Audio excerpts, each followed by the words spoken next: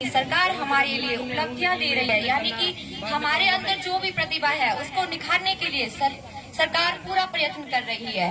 अब बात हमारी समझ की है कि अगर हम सरकारी शिक्षा को कम आंकते हैं तो यह हमारी गलती है।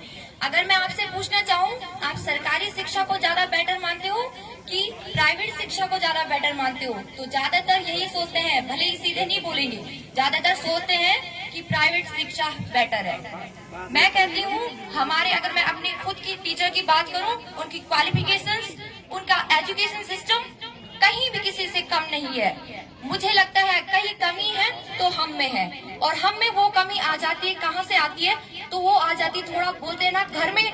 मुझे लगता है जो भी सरकारी विद्यालय में ज्यादातर बच्चे पढ़ते हैं वो उतनी फीस नहीं दे पाते, घर से उनकी आर्थिक स्थिति उतनी सही नहीं हो पाती, तो इसलिए उन्हें सरकारी विद्यालय में उनके माँ बाप पढ़ाते हैं। मेरे खुद के माँ बाप इसलिए पढ़ाते हैं, अगर अच्छी खासी फीस होती तो प्राइवेट स्कूल में पढ़ाते। लेकिन यहाँ पे बात ये है, क्या हमारे टीचर जो हमें पढ़ाते हैं, क्या कमी उनमें है? मुझे नहीं लगता कमी उनमें है, क्योंकि कहीं ना कहीं उन्होंने एग्जाम क्वालिफाई करा है। उन्होंने प्राइवेट स्कूल के जो टीचर हैं उनसे ज्यादा कुछ उनके अंदर क्वालिटीज हैं जिससे वो आगे बढ़े हैं।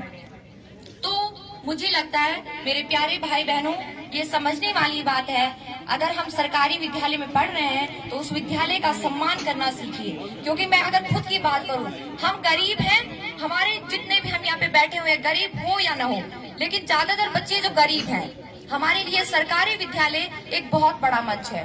क्योंकि अगर आप सोच सकते हो सरकारी विद्यालय को, आप थोड़ा सोचो, आपके सरकारी विद्यालय ना हो, प्राइवेट विद्यालय हो, तो क्या हमारे माँ बाप, जिनके माँ बाप खेती बाड़ी करके हमें पढ़ा रहे हैं, इतनी फीस भर पाएंगे? तो नहीं ना। तो इसलिए हमें, हमारी जिम्मेदारी बनती है, हमारी रिस्पॉन्सिबिलिटी है कि हमारा जो सरकारी विद्यालय है उसकी नींव को हम मजबूत बनाएं। इसलिए शिक्षा एक बहुत बड़ा हथियार होता है, because education is the most powerful weapon which can use change to the world. And परिस्थिति तो अब बहुत छोटी चीज है। आप अपनी परिस्थितियों को देख के कभी मत सोचना, आपका जो भी एम है, जो भी आपका लक्ष्य है, आप कभी भी उसको इसलिए मत छोड़ना कि आप आज किस कंडीशन में हो। होती है ना कभी कभी सिचुएशन बहुत कॉम्प्लिकेटेड हो जाती है।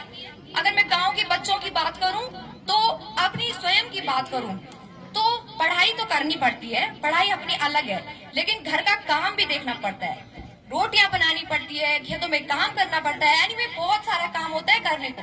पर मैं आपसे हमेशा कहूंगी, उस काम को करते हुए आगे बढ़ो।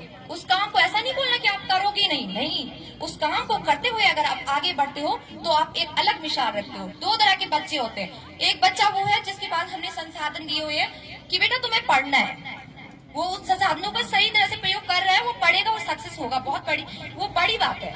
लेकिन उससे भी बड़ी बात होती है जब कोई बच्चा स्वयं अपने लिए संसाधन जुटाता है, क्योंकि उसे तो आगे बढ़ना है ना, इसलिए वो स्वयं संसाधन जुटाता है और आगे बढ़ने की सोचता है। और प्यारे भाई बहनों, ये बात हमेशा याद रखना, क्योंकि दिन के उजाले में तो कांच भी चमक जाते हैं, लेकिन जो रात के अंधेरे को चीर कर चमक दिखाए वो असली हीरा होता है। और हमें असली हीरा बनना है, क्योंकि अपने माँ बाप के सपनों को जो पूरा करना है, अपने माँ बाप के सपनों को इसलिए नहीं तोड़ सकते कि हम गरीब हैं, हम छोटे हैं, या हमारी सिचुएशन बहुत कॉम्प्लिकेटेड है। हमें परिस्थिति को हराना है, क्योंकि हमें आगे बढ़ना है। अपनी परिस्थितियों को कमजोर मान के स्वयं को कमजोर मत मानो, अपनी परिस्थितियों को मजबूत बनाना है, ताकि स्वयं को मजबूत बना के हम अपने आने वाले भविष्य को और मजबूत बना सके।